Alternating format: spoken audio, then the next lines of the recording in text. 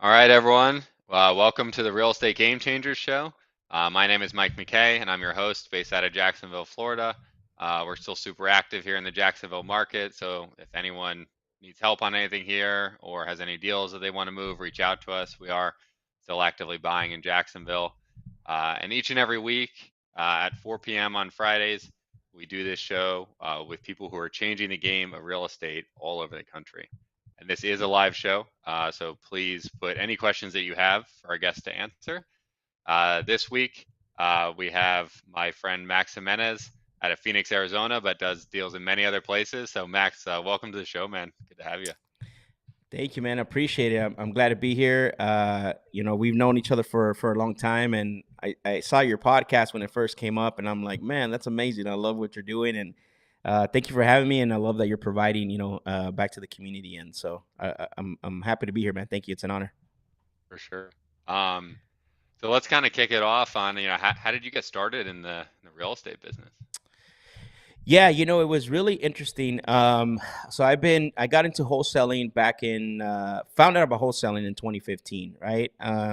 But I knew about real estate like before the market crash. I had a friend of mine that was doing fix and flips, and he was doing Mm, really well now. And it always intrigued me because the freedom that he had, right? Like because I was working for an individual in the same office, and they subleased another office inside the same space, and so we connected really well. But then 2 years later, this was like in 2006, 2007. 2 years later, the market crashed and stuff. But it always intrigued me, and I've been an entrepreneur at heart all the time. Like I've always wanted to have my own business, and I always wanted to do something, but I never knew what vehicle to like what direction to go.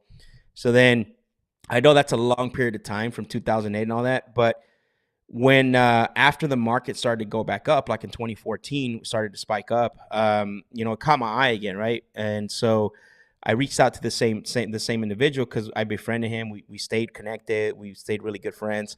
And so I reached out to him and said, "Hey, his name was Randy," and I say was because he passed away in right around the time that I was getting into wholesaling, right? And so I reached out to him and I said, "Hey, Randy, you see the market is changing, it's going up. You ever thought I'd get back into real estate?" Because he had relationships, and so he goes, "Yeah." He goes, "You know what? I do see it, and if you're interested, let's get it started." And so sure enough, I took action. Like I'm a real like if I want to do something, I'm gonna take action, right? Like even though I don't have yeah. all the answers, and then during taking action, I started to go online. I actually went on Craigslist, and I would see these posts, and it would say, "Property cash close in 7 days." As is, and I didn't know it was wholesaling at the time. And I'm thinking to myself, like, I don't have money to close in 7 days, and like, like how does it even work? So I'm like, man, this is more difficult than I thought. And so I started just telling people like what I wanted to do. I'm like, man, I'm looking to get into real estate. And my mother-in-law was like, why don't you call the realtor that helped me to that helped me to for me to buy the house? She goes, because I know she knew a lot of investors. So I said, okay, let me give her a call. So she gave me the phone number, and this was somewhere around the middle of 2015, towards the end. And I called her, and well, guess what? She no longer lived in Arizona, so another obstacle, right? Yeah. And I'm like, oh man, this. So it's like, she's like, Max, I'm so sorry. Like, I'm not in Arizona. I don't talk to these people anymore. And I was like, okay, no problem. Getting ready to hang up. And this is kind of like the crazy stuff, being in the right position, the right mindset. And she goes, you know what? Before I let you go, there is one person I want you to look up. She goes, he's there in Phoenix, and he's an investor. And he goes, his name is Sean Terry. So write that down, right? And I said, okay. And I'm thinking to myself, oh, here we go. Another guy that I got to look up, right? And so I didn't do it that night. 2 days later, I went to work, came back, got on the computer, and then I looked up his name. And man, he was like probably the number one Googled. If you look up wholesale houses during that time, he was basically always number one on Google. And so yeah, so man, it was amazing. I went to his website, downloaded the ebook, and when I downloaded the ebook, I read that thing that same night about 3 to 4 times, if I can remember correctly. And I'm like, holy smokes! I said, what? And he was talking about wholesaling. He was talking about getting the contract, and finding the B2C side. And so he broke that down really well in the book. And so I reached out, and I was like, man, this thing's amazing. So I reached out to my buddy and I said, hey, You're not gonna believe it. I found this guy. He's here locally. Here's what he says, and I told him everything that was in the ebook, and he's like, "Are you sure that's legit?" Like everybody, right? Everybody asked that Yeah. question. I said, "I don't know, but I'm about to find out." And so I started attending his meetups, and then in October of 2015, I went to my first event called Extreme Freedom, and that's when I started taking action and I started putting out band. And then from there, I just. But it took me, bro, from that event. It took me almost 10 months to get my first deal under contract. So you go to that event, and this is a good thing to talk about because a lot of people getting into the business, maybe have a misconception from some YouTube videos that you go, you send 200 texts, you get a deal. I mean, you leave that event, what you start putting out signs right away, or what was really next after that? So I didn't take action right away. What happened was, I went to the event and there was so much information. And Mhm. what I started doing is figuring out a plan because it was coming towards the end of the year. And I'm like, man, I said, I got to figure out a way where I can consistently work at this, work it around my schedule. And so I would say probably around January, February of 2016. That's when I hit the ground running. But here's the thing I was doing though, because the great thing about that event that they put on, it wasn't just about wholesaling itself. It was actually about rewiring yourself, your belief Mm, system. That was, if I can look back and pinpoint one of the most pivotal moments in my career was that, because I'm a big believer that if you don't change your belief system and your mindset, I know social media ruins a lot of things, right? Like, hey, mindset is everything, and all this stuff. But it's really true though, man. Like, and I went through a rewiring phase of 3 to 4 months, I would say, where I stopped watching TV, didn't listen to music. So I was doing something, even though I wasn't out, because I was still working, even though I wasn't mm, out going out and putting out bandit signs and sending out letters. But then around February and March, I was like, this is time. I gotta take action. And so that I started with bandit signs and letters. But at the same time, I started I was rewiring myself to really, is this really what I want to do? Is this really, mm. what I want, what it is I want to do? And the more and more I got into it, I was like, this is the vehicle and I'm running. Nothing can stop me. Wh- Yeah, that's something that's interesting, right? And we like to talk about that a lot. Is I'm a big believer too that mindset is everything, right? So how did you shift your mindset over those 4 months? Like, what Sure. tactics do you use? So back then, I want to say back in the day and back in my day. 6 years No, ago. yeah, 6 years ago. No, back then, what was great is there wasn't this much information, right? Mm, And so I call it a blessing and a curse because I know if I would have started where like right now, I there would be more opportunities, right? Like I would be able to get started faster, but also there's too much distractions right now, right? Like one guy's yelling it's green, the other guy yelling it's blue, the other guy's yelling it's red. So I'm really happy that I started when I started because there was only a handful of people that I would listen to. So I had my real estate coach, which was Sean Terry. I had a mindset coach, which was like, I started, and these guys, these weren't guys that I was paying. I didn't have no capital at that time, but I mhm, decided that these are the guys that I'm going to listen to and no one else. And then I had, a mindset coach, and then also, what else did I have? There was one more that I was working on, which was different strategies, right? Because that I had to add that in that too. So it was through podcasts and through webinars. So in my car, I was always listening to podcasts. And then when I mm. would get home, I would sign up for all these webinars, right, to learn the business and work on the business. But yeah, that's really those were the avenues that I took, was listening to a lot of podcasts, webinars, and then go to the meetups in person. Yeah. And I think that's an interesting point there, right? You're like, I had one coach, or you weren't paying him, but whatever, one person you were following for real estate, and I'm gonna just do what he says. And I had one person Yeah. for this, I'm gonna do what he says. And so many people try Yep. to be like, well, I'm gonna take a little bit of this and a little bit of that, which is fine once you're really experienced. But in the beginning, it's almost better to just blindly follow one person. It all works. Yeah. I think the only caveat to that though, Mike, is that you got to make sure that they align with your core values, right? Your beliefs. Yeah. You know what I mean? You have to be careful because there's some bad ones out there, let's be honest, but definitely I agree with you 100%, is that if you align with someone and you really believe the message and you really like what they're saying, and it relates and it speaks to you, there's no reason why you should be looking for 10 other people, right? It's all distractions. Yeah, 100%. So you start putting out bandit signs maybe 4 or 5 months later. I mean, send some letters. Like, what did your first deal come from? Yeah, well, it was crazy. It didn't come from any of those things. So we were going out. My son, it was a whole. What's crazy? It was like a whole family event, right? Like, I Yeah. would I would print the letters out. My daughter would put the stamps on them, and then they put them in the envelope, and then I would mail them out. And then on Friday nights, my son and myself, we would go out and put the bandit signs on, and I did that for about 6 months. And there was a little bit of discouragement, right? Because I ended up getting 3 contracts, but I had to cancel all 3 because I didn't know how to comp. I didn't evaluate them correctly. And this is what I said earlier. What goes back to, if what I had, what's happening, what we have now as far as access compared to what I had back then, it'd be a totally different game, right? But that's what forced me to take, go out and speak to other people and learn from them and things like that. So the deal came. Well, before I get to the deal, I actually I had worked on my mindset so much that I felt at a place where I was working at. Like, I didn't want to be there anymore. So what I did is I actually sold my wife on me leaving that position, right? Like, I was like, what if I go at least work for someone? Because this is also something that people don't think about, right? I said, what if I go work for someone that gives me an opportunity? I don't have to be there forever. Just gives me an opportunity. And I went on Craigslist and I saw an ad that said inside salesperson for real estate company. So I answered the ad, and then I left a message. I didn't leave a long message. All I said was, hey, this is Max Jimenez. I saw your ad on Craigslist. It said to call and leave a message. All I'm looking for is an opportunity. And if you don't like the way I work out, you can fire me in 30 days. And I hung up, right?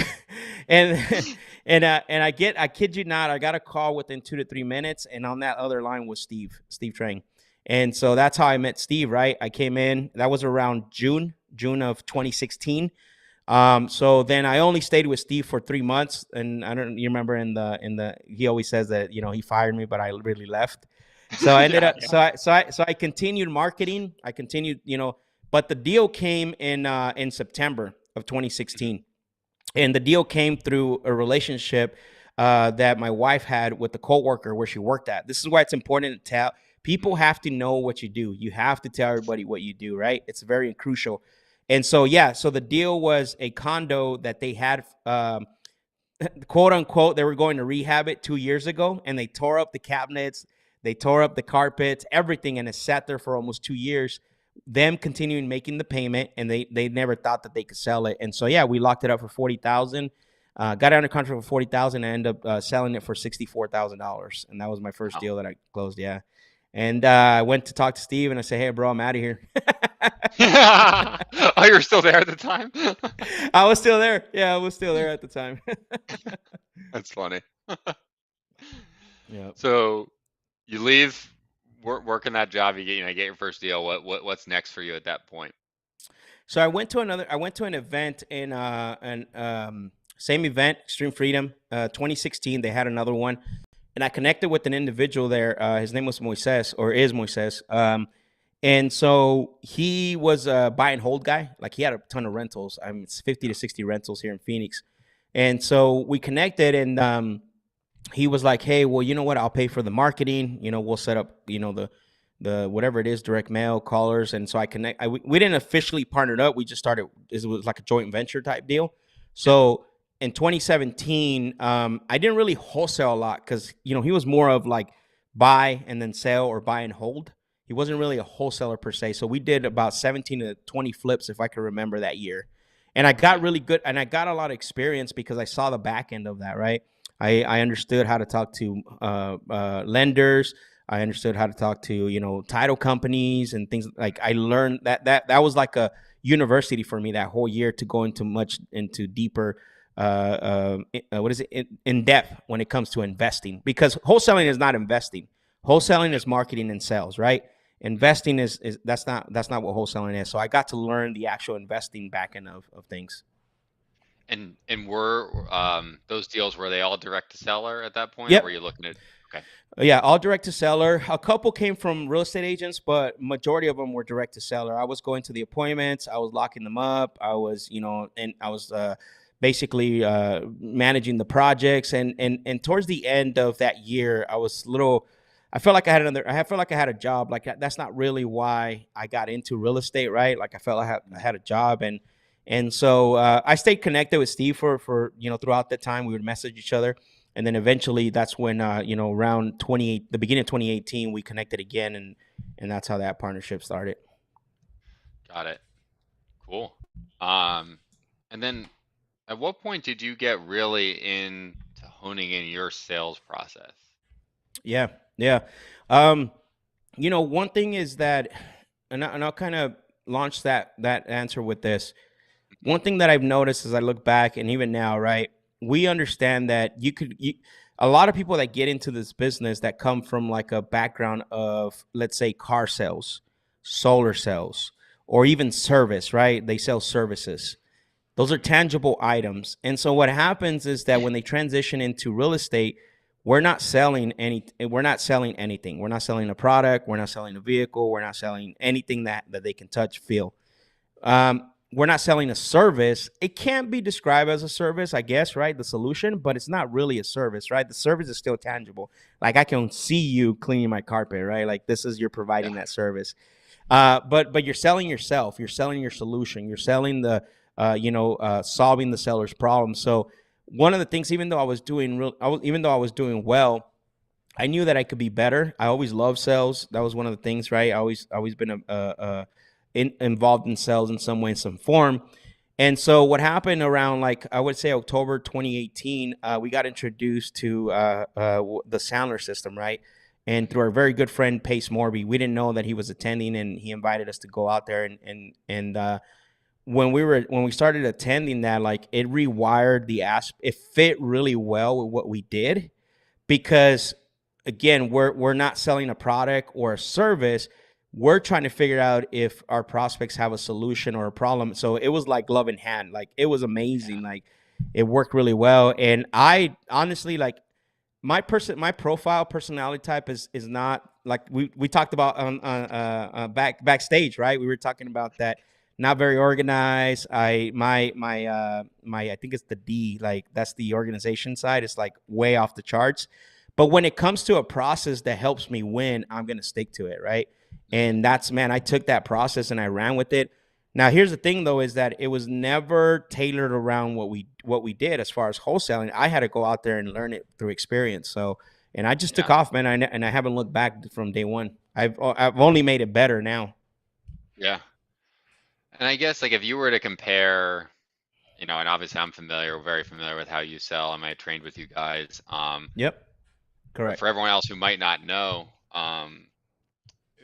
what kind of changed about the way that you were selling before and then the way that you started to sell that you realized is like way more effective? Yeah, I think we were heavy 2018, 2019, a little bit of 2020 before COVID hit. We were heavy, heavy, heavy face to face, Hmm. which, I was going to about 3 to 4 appointments a day, sometimes less, but that's pretty much average. I went to a lot of appointments, bro. And then COVID hit. So we could no longer do that, right? We had to adjust. And so we had to adjust to switch that to over the phone. And so obviously it's a whole different ballgame, because you go from body language to tonality, right? Where Hmm. where on the phone, tonality becomes your body language because they can't see you, right? Hmm. So once you switch over from an in-person appointment to the phone, the most important thing on over the phone is your tonality always.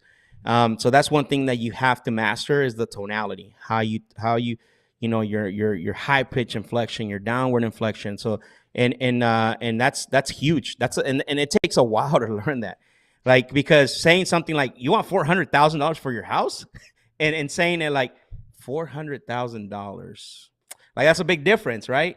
So it's Hmm. something that you have to be aware of, and this very clear.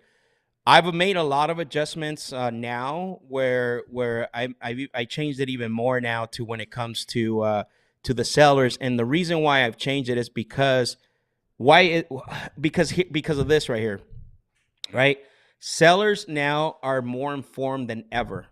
Even when I mm, started, I didn't say they're smarter. I'm not trying to mean that in a mean way. I'm just saying they're over informed, and they have more options when it comes to selecting who they want to work with. So now you have to be even more. How do you stand out even more? mm. So I've adjusted quite a bit of stuff so I can tailor that around that. Yeah, could you maybe share an example of how you've changed that recently with these sellers that have more information than ever Yeah, before? yeah. So one of the things that I want to do right away. So in my script now, I have a section called questioning games. Right. This is in the beginning. I don't put everybody through, say, an advance agreement or establishing the rules, however you want to call it.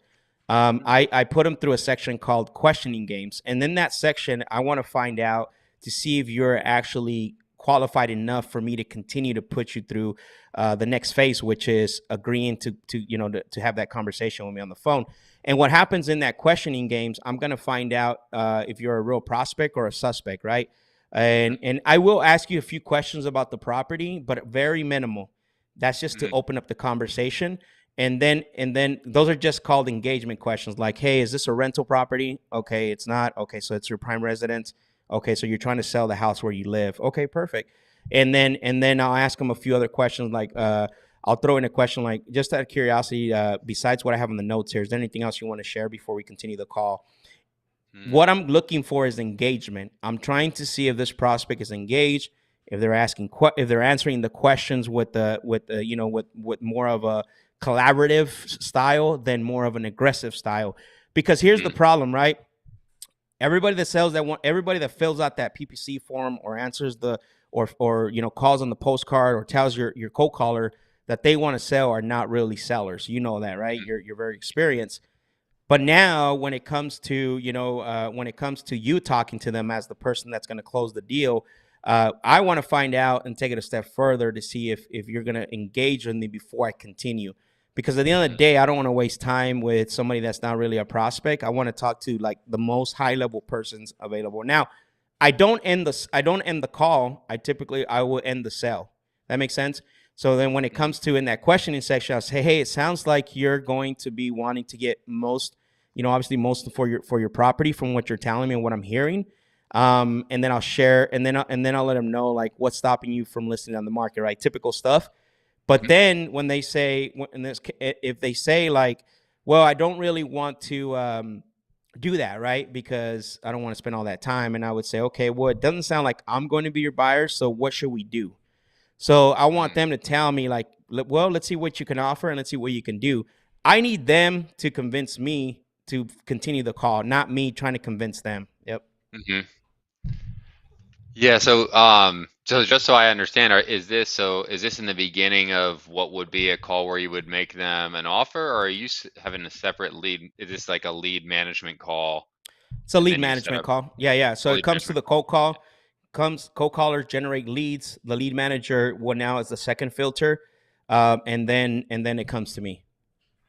So the lead manager, they're starting off with those questioning games you said, and then if are they So continuing a little more, or yeah, I'm just so the lead manager. So okay. So let's back up here a little bit just so we can get clarification on this. yeah. Cold callers should not be qualifying, right? They should be Mm, generating activity. That's all they should be doing. Everybody that raises their hand up, right?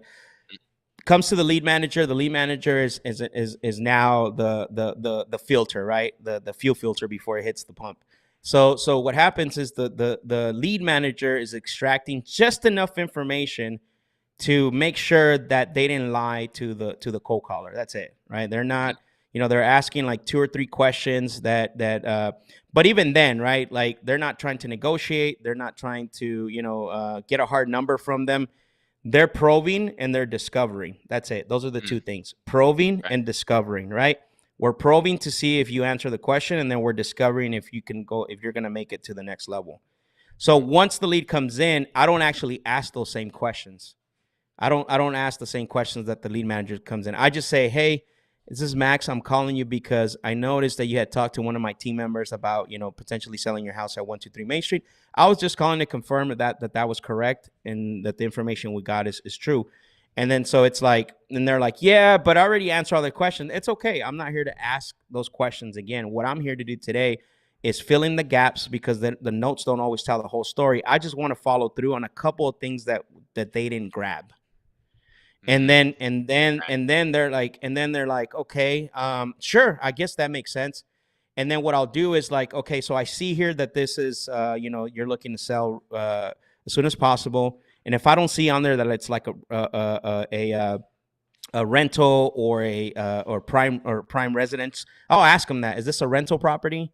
Yes, this is a rental property. Okay, got it. Is it currently occupied? Is it vacant? And then so I'll ask them those questions because that usually eases them into what I'm going to go into next, right? hmm It's a little bit easier way. That's what I'm finding out instead of getting into what we call the motive, the pain questions. hmm So, is the lead manager pushing over kind of anyone who wants to sell, or are they kind of setting the expectation that, they're ready to make a decision or No, sell in they a certain they're period of time? it's the lead manager sending everybody over that they feel, and that again, the probing, and then the, you know what I mean, the probing in the position to see if they're actually really, if they're considering selling, like they weren't just lying to the cold caller. That's it. Got it. So they're really not going that deep. That could be a 4 minute No. conversation with the lead Yeah, manager or yeah, something like yeah, that. yep, yeah. 4 to 5 minutes. Interesting. That's all we want. And so we're getting a lot more appointments. We're getting a lot more bats because of that. And then we're moving. Again, we're once we do that, the next phase is that we're not even asking them to give us a yes or no anymore because I think that hurt us a Really? lot. Yeah, Okay. yeah. Because but here's the thing though is I will get a commitment. I'll still put them and I'll say, hey, I really appreciate you for taking the call. Do you at least have 5 to 10 minutes, right? And that's how I'm doing it. Do you at least have 5 to 10 minutes for me to, tell you a little bit about how the calls go, and then I'm gonna ask you a few questions now, and then I'll say, hey, by the way, if it makes sense for us to work together at some point, if it makes sense for us to drop an offer for you at the end of this call, and you like the offer and you like what you hear, for us it would mean putting something in writing and working together. I don't go in through like I don't put them through the whole process of think about it because here's why. This is the other change I made. Okay. Okay. I wish I could show you the chart, but I don't think I share my screen. So I created a chart and we have point A and point B, right? Mhm, Prospect right now is at point A, or which hand is it? This one. Prospect right now is at point A and they're trying to get to point B. mhm, The problem is that the prospect is not going to move because because here's the crossing line, which is information and mhm, trust. Makes mhm. sense. Yep. So what essence when we were doing, it's like, hey, give me a hard yes or no, or I'm gonna hang up. Is that prospects don't have the information? That makes sense. They don't have the Yeah. information yet, and they don't trust you. So Mm, so so so what it is, the difference, in order to get them from point A to point B, they have to have the information, and there's got to be trust built between both parties. But here's mm, the thing: is that you cannot give them that information. It can't be you depositing that information. You have mhm. to help them build it. You have to, just like everything else we've done, right? You got to ask the Yeah. questions. They have to be like, oh, this makes sense. We just came up with the solution. Let's do it. That makes sense. Yeah. They have to And if discover someone it. says, hey, if they say no, I don't think I'm ready to make a decision. What I always ask them is like, hey, that's okay. I understand what you're saying. What I want to know today though is, can you and I have a conversation where you can ask me enough questions, right? To where you believe that you can make a decision if there's enough trust there, or there's enough information. Because a lot of times when I hear people say that, usually I'm hearing is they don't have all the information yet, and there's not enough trust build, which we just started the phone call, right? And so Sure. they're like, Yeah. yeah, I guess that makes sense. And then we'll go, okay, perfect. So then, besides what you told me earlier, what else has you considered selling that property? Mhm. Yeah.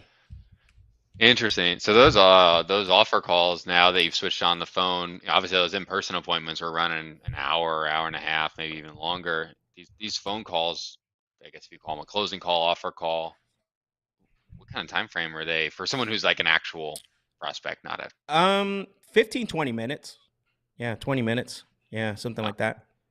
Mm-hmm. do you when you shift to that, do you end up with like a lot of think about it's and people ghosting you though, or So what I like to do is in the what I call discover uncover motive or discover, a motive. Usually the calling's there just because Hmm. I don't go into price, I don't go into condition. Once I'm in that section, because now I'm gonna dive deep, right? And I actually added what I called the think about it eliminator.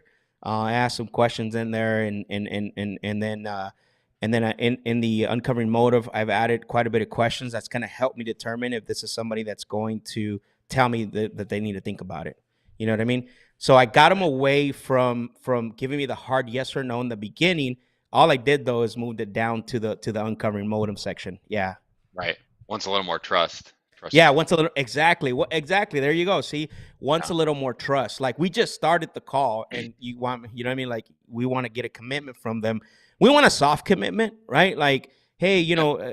if you like the offer, it makes sense. Like, but that's okay. Now we moved we moved down to where we're uncovering motive to find out, whether we're gonna get into price or condition or anything with them. If not, we're gonna move on. Yeah. And have you, I know when we were training before, a lot of your methodology was around, uncovering their price and negotiating from their price. Have you changed that, or is that kind of still the what you do? So it's still the goal. I always want to know. Not, I don't want to. I always want to find out what they need, not what they're looking to get, because that's a Mhm. whole different thing, right? But if they put me in a position where I need to, like, give them a number, then what I'm doing is I'm doing the same thing, just anchor ranging them. Hey, let's pretend someone wants to offer you around this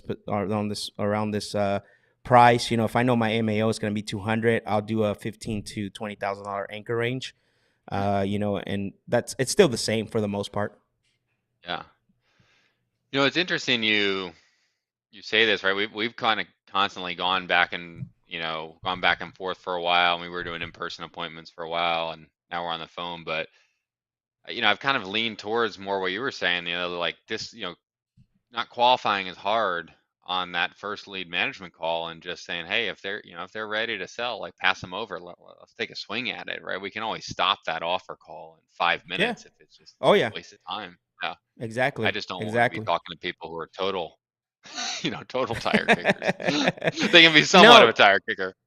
Well, if you're finding that out after they hit your lead manager, then you don't have a good lead manager. That's just point Yeah. blank. It sounds very frank, but that's what it is, right? Yeah. Because the lead manager is not. They should be better than your cold caller, and Yeah. but they shouldn't be closers, right? They should still have the tenacity to get the appointment. They should still have the persistence to make sure they get somebody that's like looking to sell. Like they should know, like, hey, this guy's Mike's not gonna talk to this guy, or this guy's gonna waste Mike's time. You know what I mean? Like Yeah. they should have the wherewithal to make that decision. That's just what it is, bro. Yeah. Yeah. I think before we were disqualifying too hard on the Yeah. lead management side. Oh, were you? Okay. Yeah, losing opportunities because of that, right? Kind of Yeah. what you were saying, you kind of simplified it down, so that's interesting. I did, and I, to be honest with you, and I'll say it here, I wanted to change it a long time ago because I knew that the market was shifting, we were changing, right, and we were getting less and less and less and less opportunities because we were disqualifying too hard and we wanted commitment. We were disqualifying too hard and we wanted commitment too fast. Yeah, And the problem is like it's kind of like you go into a dealership and you walk in, it's like, okay, I got the paperwork ready, and as soon as we find a car, we'll come in and sign. It's like, what? yeah, yeah. Right. And here's the thing.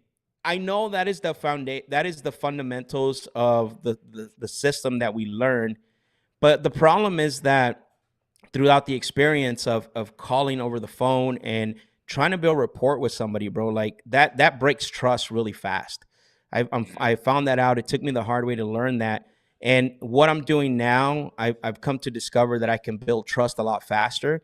I'm keeping them on the phone a lot longer. I'm not disqualifying as hard. It gives me that opportunity to really ask the questions I want to ask, get the information I want to get. Again, I'm seeing the difference, and people that are coming through the sales intensive, they're seeing the difference too. So it's It was definitely an adjustment, but it was worth the adjustment for sure. And do And you think it's just because it's on the phone? Like if you did it in person, would you go back to the way you were doing it before, or is it not even related to it being on the phone? it's not even related to being on the phone, man. Okay. It's just the fact of, I wish I could show you just so you can get a visual of that, but I'll show it to you later. Just through the experience. I even went back and told my sales coach about this, and he was thinking pretty hard, bro. Yeah. Yeah, like, and and I walked him through it, and I showed him the chart that I drew. He's like, "Damn," he goes, "That's pretty good." He goes, "Well, if it's working, man, I get it." You know what I mean? I said, "Yeah, it is working." Because think about it. You teach us that it's don't get in the way. Don't get in the way. This is what we were taught. Don't get in the way of where the prospect is and where they want to go. So if I'm coming at you and I'm saying like, "Hey, I need a hard yes or no," or I'm just gonna call it like, if you tell me no, then what's gonna happen is that you're basically don't want to do business with me. So I'm getting in the way. I'm Yeah. getting in the way of where they need to go. So I soften it up a lot more where I don't go that hard. But like I said, once I move into the motive section, that's where I'm gonna either continue or disqualify, because now I get permission to ask the real questions that I want to ask. Because here's the Right. thing. Let's say I put you through that hard yes no, right? And if you tell me no, I'm gonna take it as, we're not doing business today. Now I want you to participate with me to answer questions that are gonna that you know what I mean? Like, what is your state of mind right now? What if I Hmm. did that and now I want you to answer questions? All Hmm. you're thinking in that moment, it's like, damn, when is this part gonna come where we're gonna move forward, or I don't know if you know what I mean. Like that's all that's on the prospect's mind. Think about that. Yeah. Yeah, absolutely. Yeah, so you're almost, yeah, you're going, you're kind of asking those short questions in the beginning, seeing if they're you said playing games questions, I Yeah, think. questioning games, questioning Questioning games. Yeah. games. Yeah. Yep. So you take that, you see if they're worth continuing, then you dive a little deeper, and then you almost set kind of another set of rules or agreement and be like, hey, now that we're kind of getting serious here and we've built some trust, here's what usually happens. Does that align with you? Yep. Something along those lines? Okay. Yep. Interesting. Yep. Yep. Exactly Yeah. like that. Yep. Exactly like that. Yeah. And then again, and the great thing is that now they're a little bit more relaxed when it comes to diving deep into finding out how we Mhm. create a solution.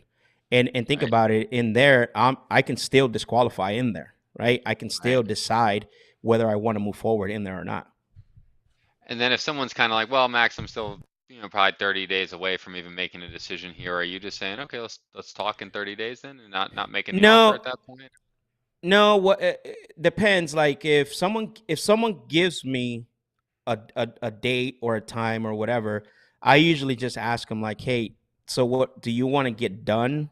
Do you want to have your money in 30 days, or do you want to start the process in 30 days?" Right? Yeah. I'm still using that because again, people aren't thinking at that moment, right? Whether it's whether they want to make the decision, they're not thinking. So I want to help them think just a little bit. Now, if someone Yeah. says, "Well, I'm going to think about whether I want to start the process in 30 days," then I'm not going to go into price and condition and all that, right? So it's Yeah. also Yeah. being conscious.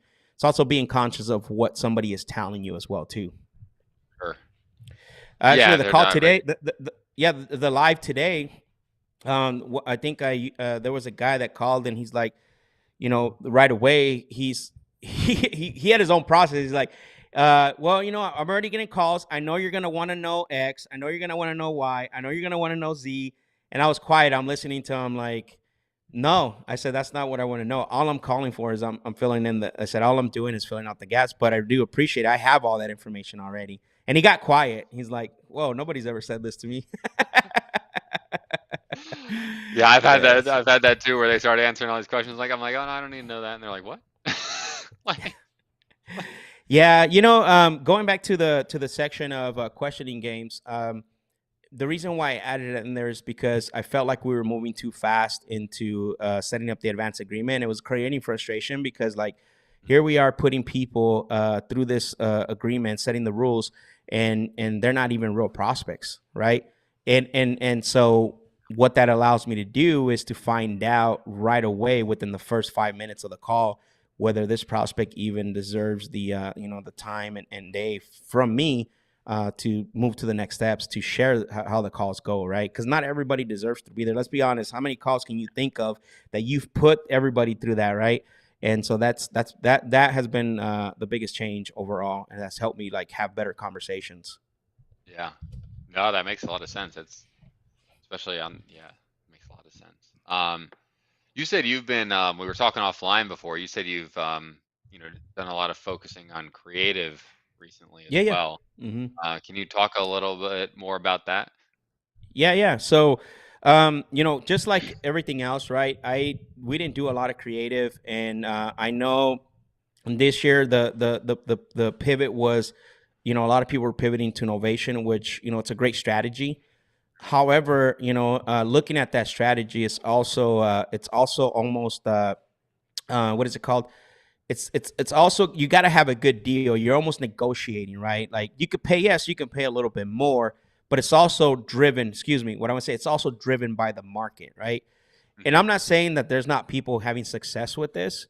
However, what happens when there's a new strategy that people bring out, like you tend to like want to do everything, right, to that strategy. So what we're finding out with seller finance or creative, why I pivot at, and again, I got a coach, Mike Termini. He's been coaching mine. The guy's been in business for about 20 years, and all he's been doing is creative. Like he doesn't wholesale, he doesn't do novations, he doesn't do any of that. And guy can, I mean, the way he underwrites deals, the way he plays with like the interest rates, and it's like, man, it blows my mind. And one of the things that he's good at is explaining it to a level like I explain sales, which that's how we're able to relate. So yeah, I started to like today, all the calls on my on the closers lab. I had 5 calls, and 4 of them were all creative pitches, seller finance, which was crazy, right? And this is the market we're in. Hmm. A lot of all of them, and the thing is that people are now being open. You have to. I always say this. We always talk about working on your craft, right? Like it's absolutely important. It's necessity to work on your craft, but also it's important to also add tools to your tool belt, right? Because if you're just working on your craft for one strategy, like it's going to be tough, right? Like you have to, especially right now. I think and coming for the year that's coming, I think it's crucial to have multiple strategies in your tool belt for sure. Yeah. And then, from you made a really good point there. You said that explaining it in a way that's simple, like you explain sales. I think a lot of people, when they try to explain seller finance to a seller, they really get in their own way by talking about, I mean, balloon payments and things that people are like, what? Like, I don't know what any of this means. So obviously they say no because they're, confused and scared when they don't know the terms. They're like, this is too complex, right? So Yeah. how do you explain a subject to, for example, to a Yeah, yeah. seller in a way that's simple and easy to understand? So I'll explain that, and then I'll tell you seller finance. And by the way, I'm gonna do a shameless plug. Today's call in the closers lab, that's all the calls were there, so you're able to get more in detail how we went through. But so one of the things is that here, besides explaining it wrong, Mike, people use it wrong as well. Remember, Mm, what happens is somebody is not able to get the deal on a cash, a cash offer, excuse me. Well, guess what they do next is they this is why they explain it wrong, because they do it in a way to try to convince the seller, to try to mm, convince the seller. So creative is not a tool to convince the seller to sell you the property. It's a tool. It's a solution tool, right? mhm, So what I mean by that is that the motivation still has to be there. Like there's got to be a reason why they want to sell, right? Whatever that reason is, there's got to be a purpose. And if and if the only separating factor is that they want more money, so then creative comes in as a solution, more money, right? mm, And maybe and then now you got to find out if they need all the money up front, right? mhm, But most people make the mistake of, well, I'm just gonna offer a creative offer to see if they would sell to me. So now they go into convincing, and then it gets all messed up and all that. So mhm, a couple of things that I do is number one, if I have a seller and I put them through the whole process, and I know that we're too far apart on a cash offer, right? Like I know mhm, we're already too far apart. What's going to happen? My next thing is going to be, what I'm going to say is like, I'm going to tell them right away, like, look, I think we're going to be too far apart. I'm not going to be your buyer just because you want too much on a lump sum, and I don't want to keep beating you up on the price. What I can tell, do you mind if I share with you a couple of things? And they're like, yeah, what's that? So when this happens, I always tell them this is how I set it up. When this happens, in the past, I've had situations where I can't give sellers a one lump sum. But what I've asked them is if I can give you that asking price that you want, I want to know, Mike, how much time do you feel comfortable giving me so I can make those, pay that off what you're asking. Right. So I'm Mm-hmm. positioning really simple. Even how simple that was, they still don't understand what that is. They're like, well, Yeah, how they does say, that what work? does that mean? Right? What Yeah, does that yeah. mean, man? Now imagine saying, I'll buy your house subject to with terms and amortization. Woo! So even something so simple as like, hey, if I was to give you what you wanted, right? Because you want 200,000. Obviously, I'm not even gonna be there. Let's pretend I gave you the 200,000. How much time would you give us? How much time do you feel comfortable giving us so we can pay that off? And they're like, well, what do you mean? How does that work? Well, so the way it works is like, basically what I would do is I would give you the 200,000. Obviously, it wouldn't be right away. It would just be you and I can come up to create a solution where you feel comfortable with a certain timeline. And then in that timeline, what I would do is make you monthly equal payments. Mm, And they're like, oh, okay. Because what are we? We're a payment nation, right? People understand payments. And I don't talk about interest rates. I don't talk about down payments, right? And so they're like, okay, well, how much time do you need? That's the next question, right? If they don't have a time in mind, their next question is how much time do you need? I said, I don't know. And they're like, and then I said, the reason why I don't know is because it depends on your goals. What I can tell you is in the past, I've had sellers give me, notice what I'm going to say. I have sellers giving me 120 months, some sellers giving me 240 months. I don't know mm, what you would feel comfortable giving me. You see, I put it in months. I put the shorter time frame first and then the longer time frame second. got it. Now that's on a seller finance deal. Subject to is a little bit Yep. different, right? Yeah. Mhm. So on a subject to, it's essence, it's going to be the same thing. Like if I find out that there is a loan in place, right? Let's just say there's a loan in place and they owe what it's worth, because we're not going to talk Mhm. about hybrid like stacking and all that. But Yeah, let's yeah. just say that there is a there they have the property's worth 300 and they owe 280. We'll just call it, right, because Mhm. we know that's, and they're like, hey, so if I find that out and I say, hey, how about same thing? I mean, like, look, obviously we're not going to be able to come to on a be able to buy the property. I'm not going to be your buyer because it's not feasible, right? You owe 280. Property, what I'm seeing is worth about 300,000. One of the things that we've done, if you are considering selling this, one of the things that I can do is simplify it again, right? That we've done with other sellers when this situation happens. I always share a third party story, right? Because I Yeah. don't want to tag the solution to them directly.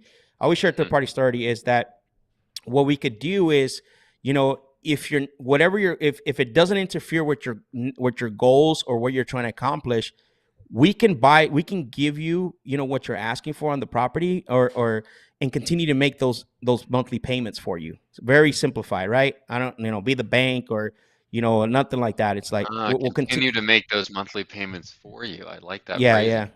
yeah, Yeah. yeah. Continue to we can continue to make those monthly payments for you, and then what would happen is that well, sometimes they'll be like, well, how do I know you're gonna make them? And then that stuff comes up, and you have to be ready to answer that because we make it really simple. Like, look, title company takes care of all that. We what we do is we hire a servicing company.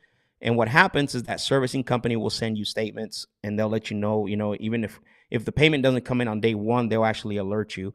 And then they'll ask like, okay, so do I still own the house? Because I think that's the next question they usually say.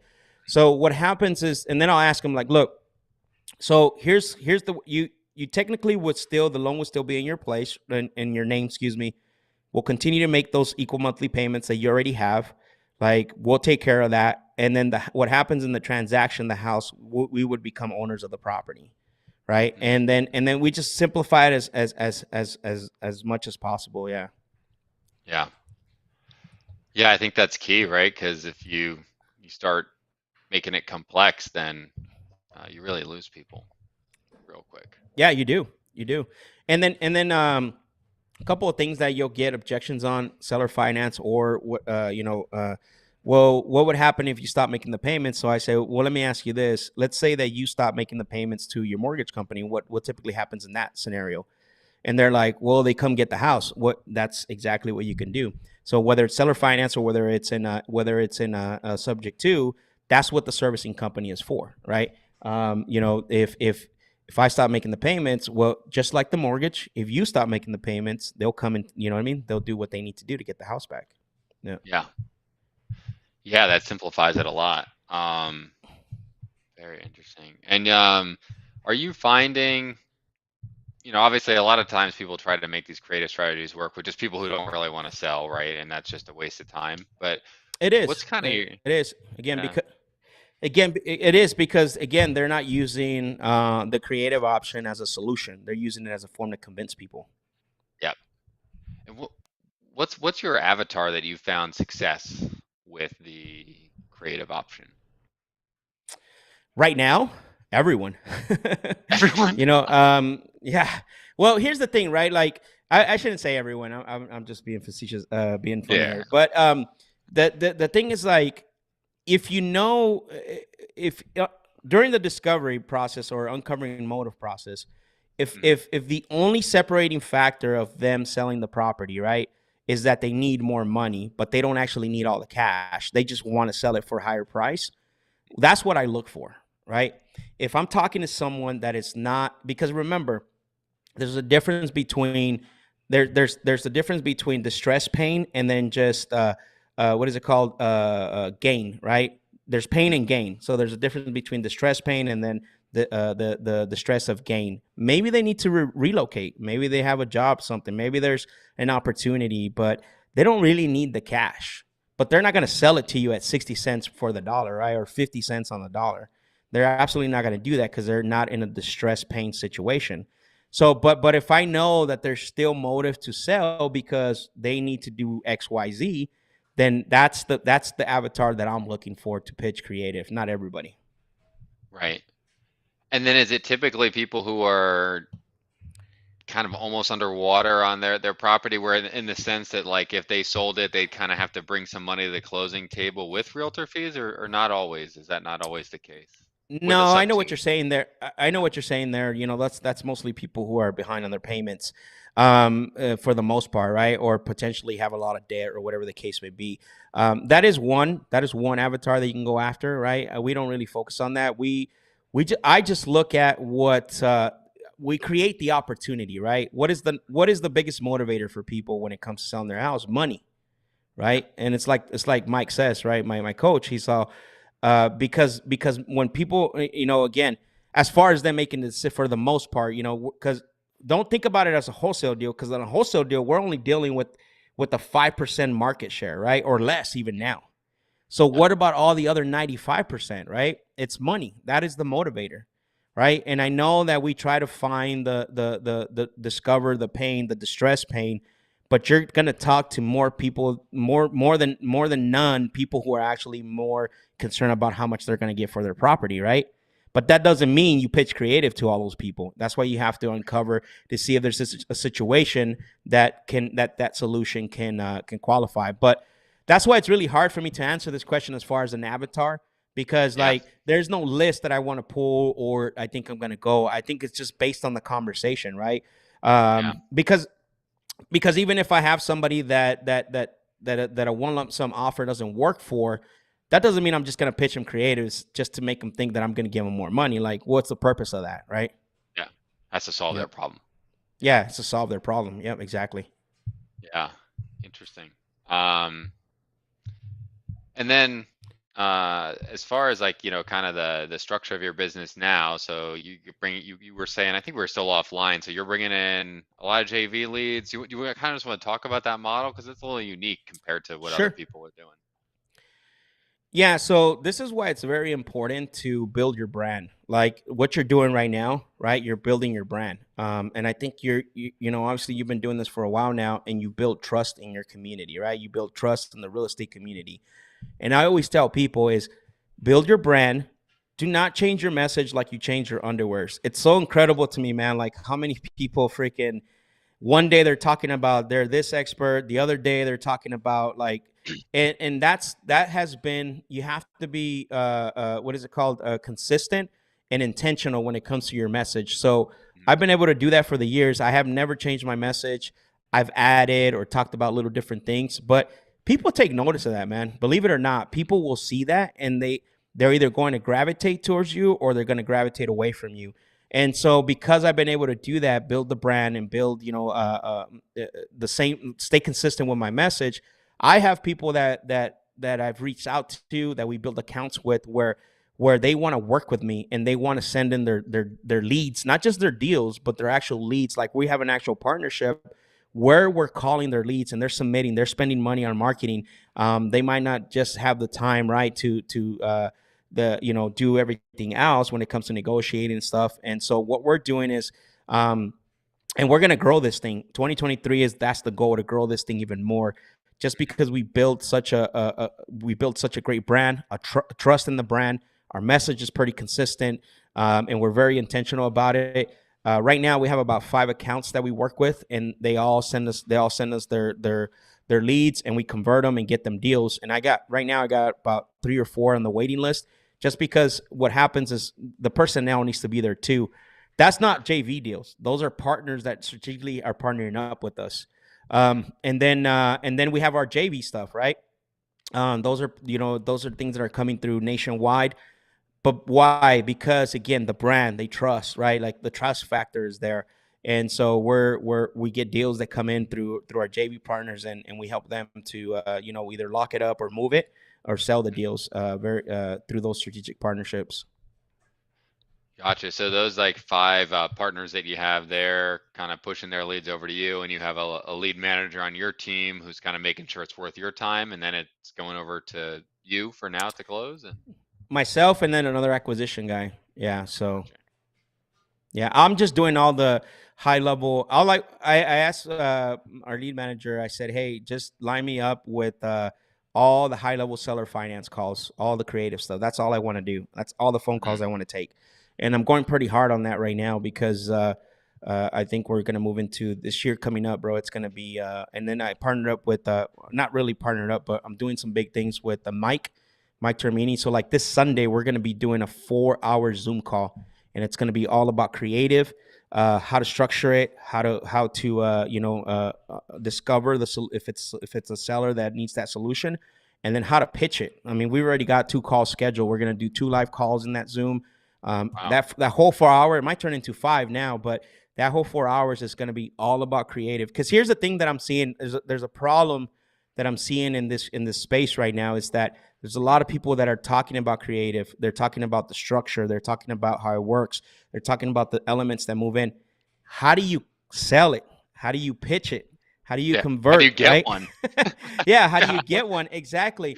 Nobody's talking about that. And maybe I'm wrong, right? Maybe there is some people that are, but from what I've seen, even some high level guys, they explain creative really well, but then it's like, how do you position yourself to pitch it, and how do you make the seller feel comfortable enough to do it, right?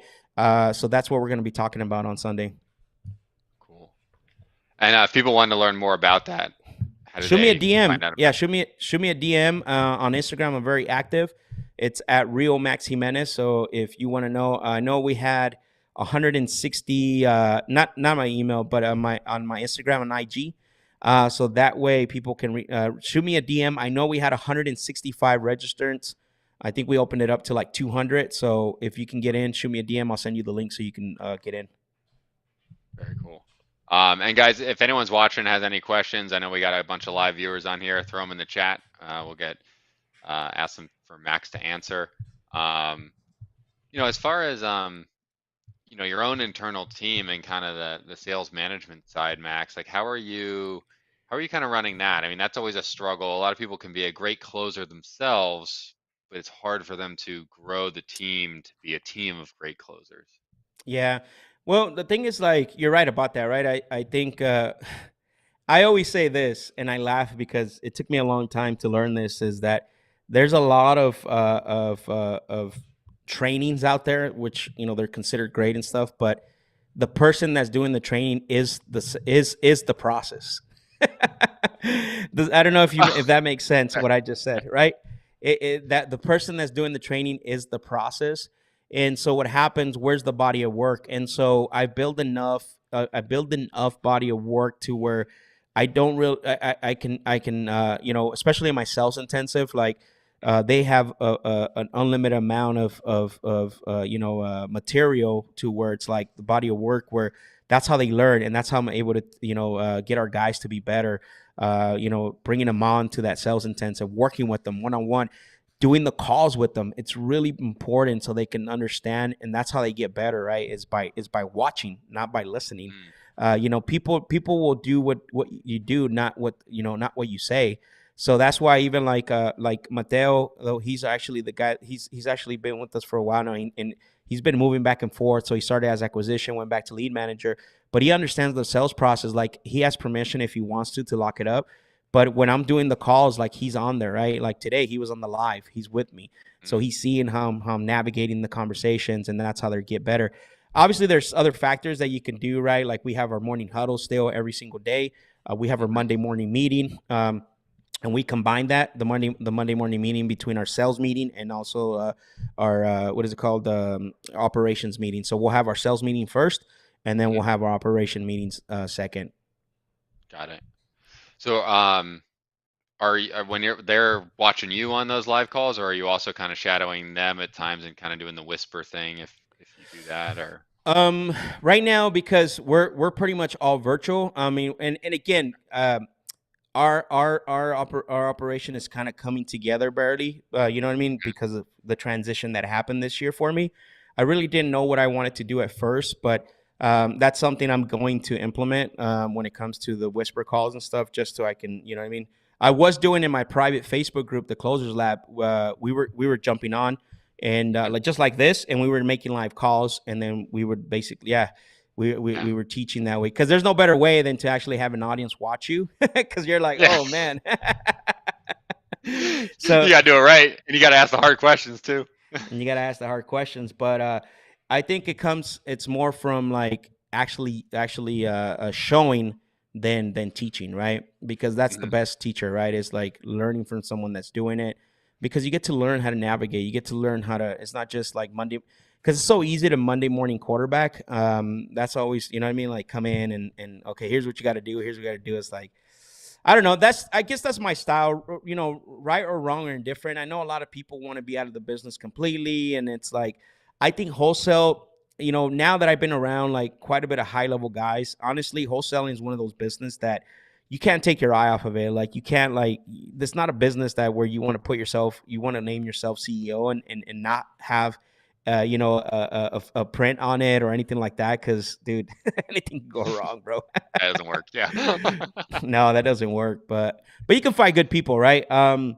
But there's different ways that I'm trying right now, and my the our operation and team, it's not like set, right? Because again, the transition that happened this year, we're building it out, and what's great about that though is being building what we build such massive scale.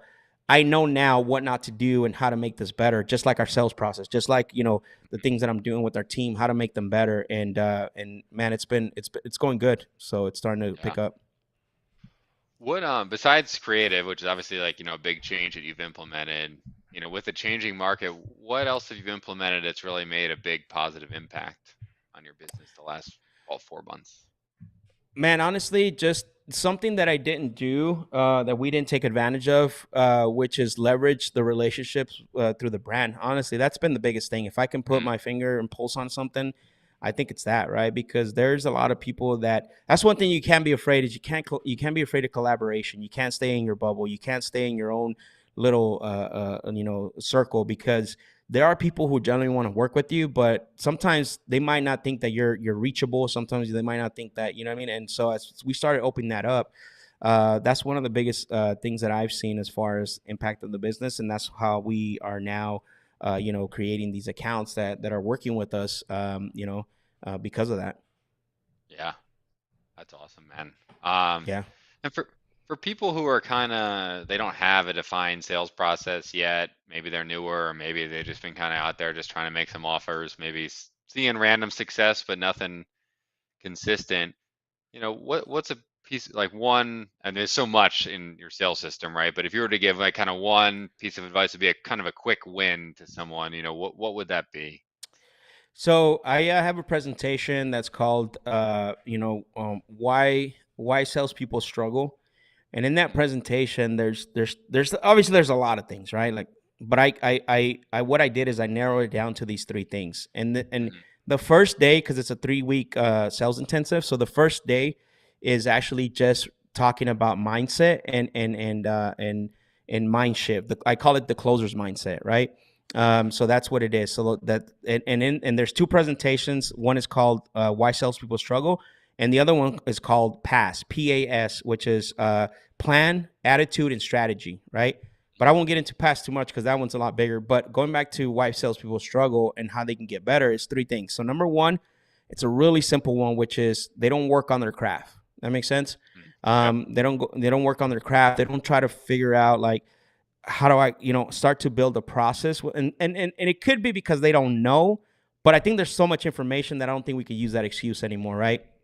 Mhm, And working on your craft doesn't necessarily mean going and watching YouTube videos. It also means like buying actual books, right? Like to help you with communication, to understand how to get better. If you're a bad communicator, you got to buy a book that's going to help you communications. If you're bad at mhm, tonality, get you a book that's going to help you with tonality. mhm, That's again. And also role playing is really big. Like get into a community, man. Like don't be that lone wolf. Get in a community that you're gonna find out that there's more people that are willing to help you than none, right?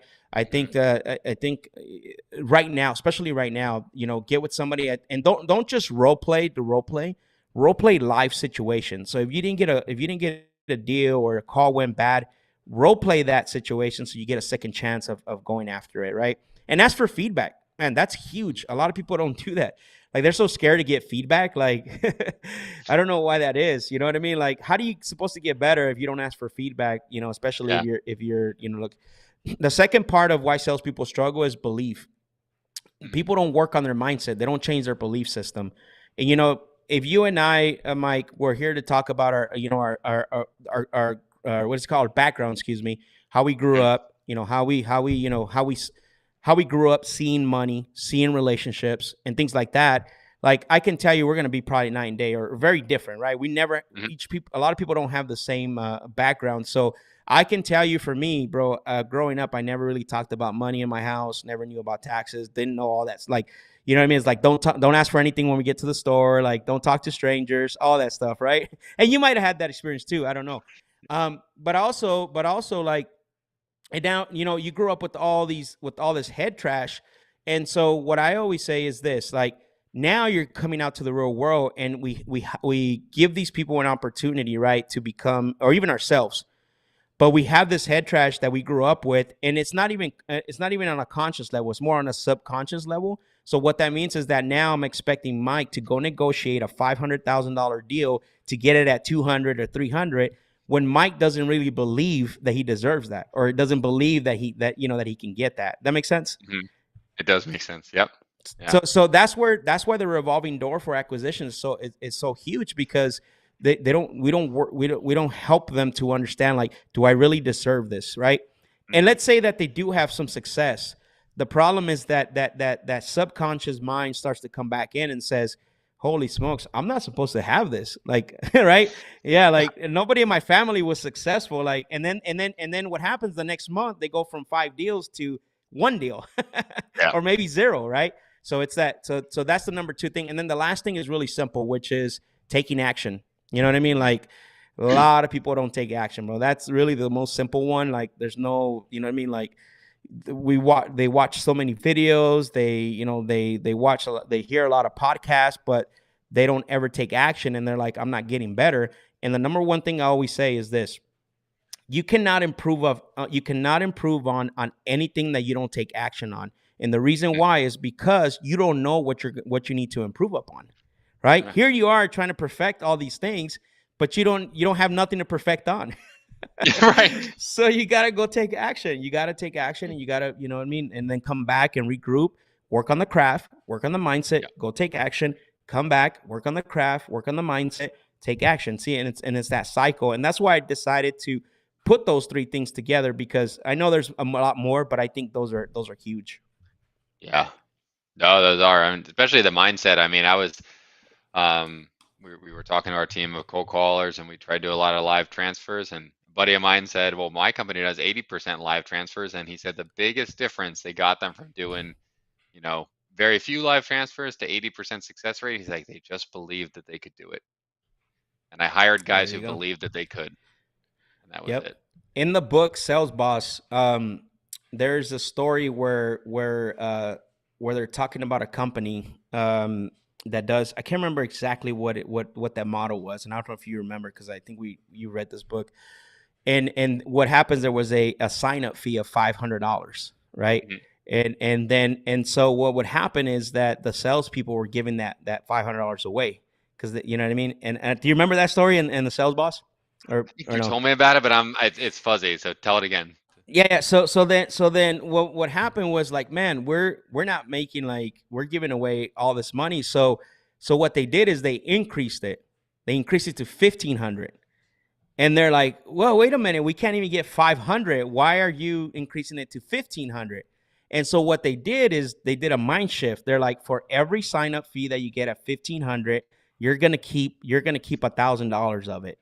And boy, them sign up fees, when they made the most ever on the sign up fees that they have ever in the company history. Yeah, yeah, that's funny how that works, right?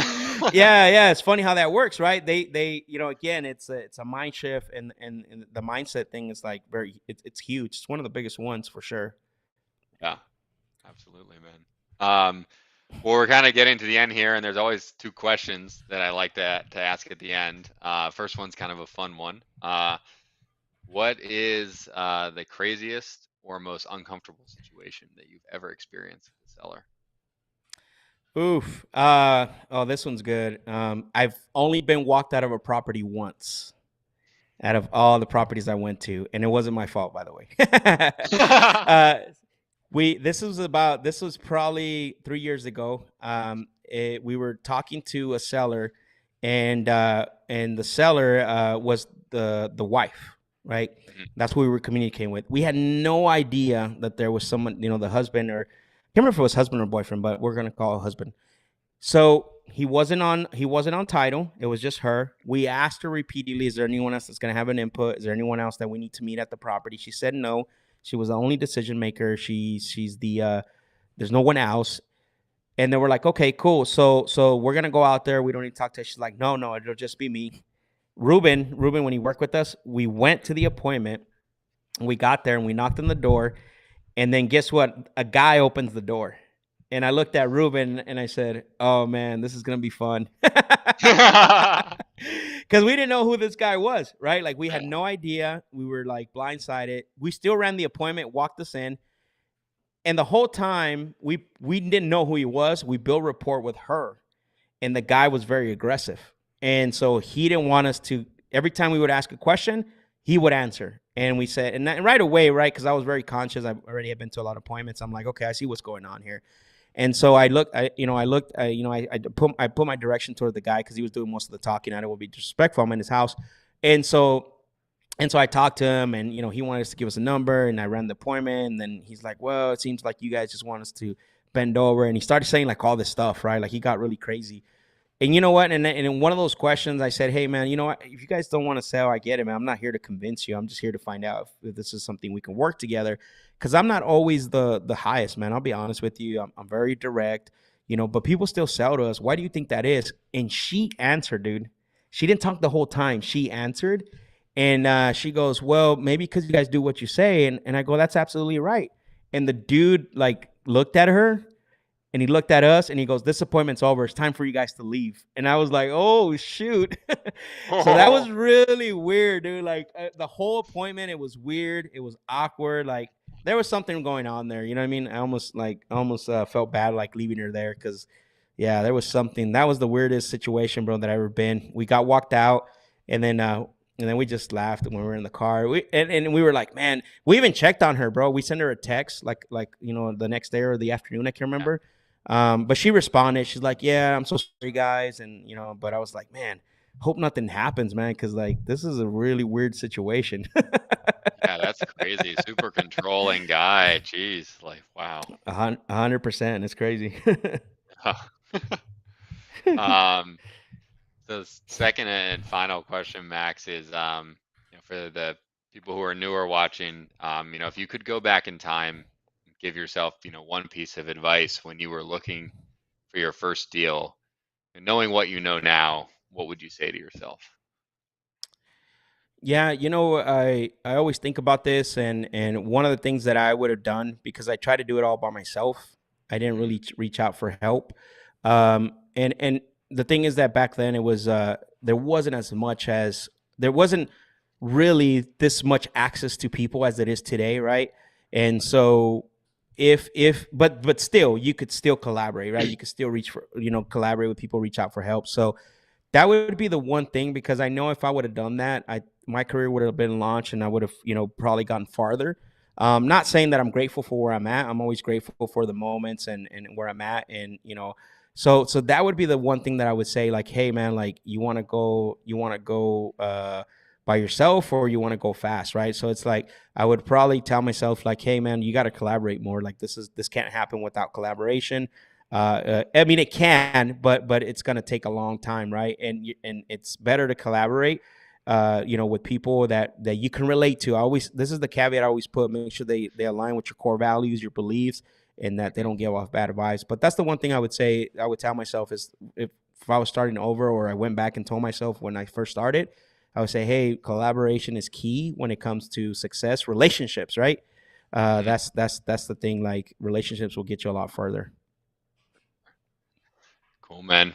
Well, thanks for coming on today. If people do want to Yeah. reach out to you, whether it's JV or partnerships, or if they want to maybe learn about your sales training program, how could they go about doing that? So the easiest way is through IG. I'm very active on Instagram. They can go to at real Max Jimenez. Send me a DM. I answer still my own DMs. I don't have bots or VAs or anything like that. So I'm still reachable through Instagram at real Max Jimenez. If you want to send me a DM, and I also advise you go to my YouTube channel. I post quite a bit of stuff. I go live every Tuesday and Fridays on my YouTube channel. I can answer all your questions about business, sales, and yeah, that's the best way they can reach out to me. Yeah, and I will say, if anyone hasn't watched his live closing of deals, it's a lot to be learned. So I highly suggest it. Thanks, man. Appreciate that. Cool, guys. Well, thanks everyone for tuning in, and Max, thanks again for coming on the show today.